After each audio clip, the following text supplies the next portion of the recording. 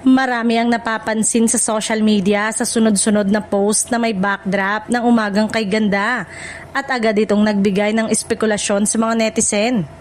Para sa ilang tagahanga, malinaw itong senyales na posibleng muling bumalik ang iconic morning show ng ABS-CBN sa telebisyon, lalo na't matagal na rin ang pagkawala nito mula sa Free TV. Bukod sa backdrop, may mga nakaka-exciting glimpse ng production at mga behind-the-scene na larawan at video clips na ipinost sa social media. Marami ang natuwa at nag-comment na tila kinikilig at sabik na ang posibilidad ng pagbabalik ng paboritong programa na naging bahagi ng umaga ng maraming Pilipino sa loob ng maraming taon.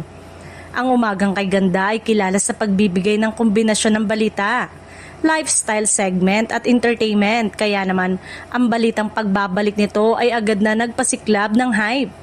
Ipinapakita rin ng mga recent post na naghahanda na ang production team para sa posibleng rollout. Mula sa set design hanggang sa mga host na muling babalik sa ere. Marami rin ang nag-speculate kung sino ang mga bagong host o kung may mga pagbabago na format ng show. Ngunit sa ngayon, malinaw na may planong pagbabalik at ang mga teaser post ay sapat na para mapanatili ang interes ng publiko.